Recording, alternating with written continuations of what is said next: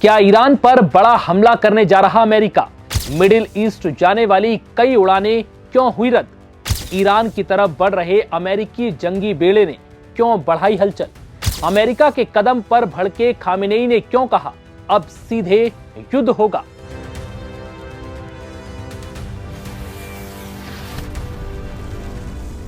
America और Iran के बीच फिर से बड़ी हलचल और मिडिल ईस्ट में तनाव के बीच क्या है ताजा हालात, आइए जानते हैं इस वीडियो में।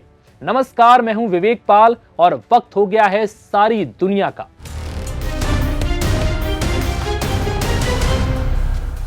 ईरान और अमेरिका के बीच एक बार फिर चरम पर माहौल पहुंच गया है। मिडिल ईस्ट में कई उड़ानों के अचानक रद्द होने के बाद यह आशंका जताई जा रही है कि अमेरिकी जंगी बेड़े को देखते हुए ईरान भी पूरी तरह से तैयार है और किसी भी हवाई हमले का वो पूरी तरह से मुंह तोड़ जवाब देगा। ईरान और अमेरिका के बीच ये तनाव तब बढ़ गया जब ट्रंप ने ऐलान कर दिया कि अमेरिकी जंगी बेड़े ईरान की तरफ बढ़ रहे हैं, जिसके बाद ईरान के supreme leader Ayatollah Ali Khamenei बुरी तरह से भड़क उठे और उन्होंने इसके जवाब में साफ कर दिया कि अगर हालात और बिगड़े तो इसका अंजाम पूरी तरह से युद्ध हो सकता है। यही वजह है कि इसी के बाद मिडिल ईस्ट के आसमान में विमानों की आवाजाही अचानक रुक गई। ईरान अमेरिका के बीच बढ़ते तनाव का सीधा असर अंतर्राष्ट्रीय हवाई सेवाओं पर पड़ा है। सुरक्षा कारणों से कई यूरोपीय एयरलाइंस ने मिडिल ईस्ट के लिए अपनी उड़ानें रद्द कर दी हैं या फिर स्थगित कर दी हैं। एयर फ्रांस ने पेरिस से दुबई जाने वाली उड़ानें भी फिलहाल कैंसिल कर दी हैं।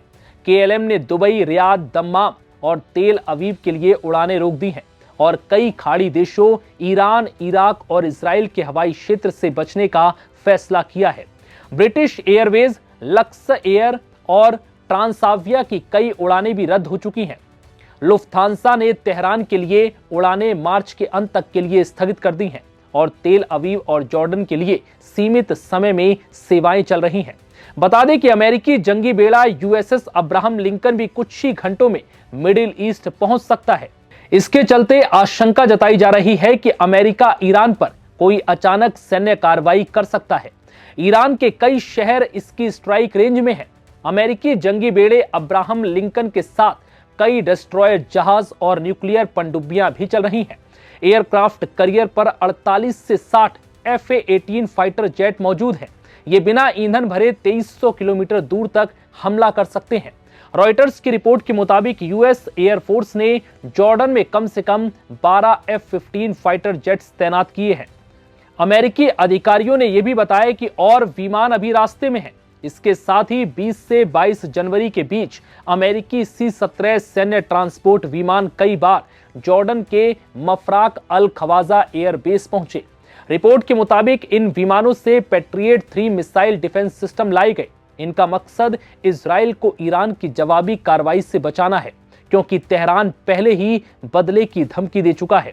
इसके अलावा हिंद महासागर में स्थित डिएगो गार्सिया स्थित अमेरिकी सैन्य अड्डे पर लगातार कार्गो विमान उतर रहे हैं।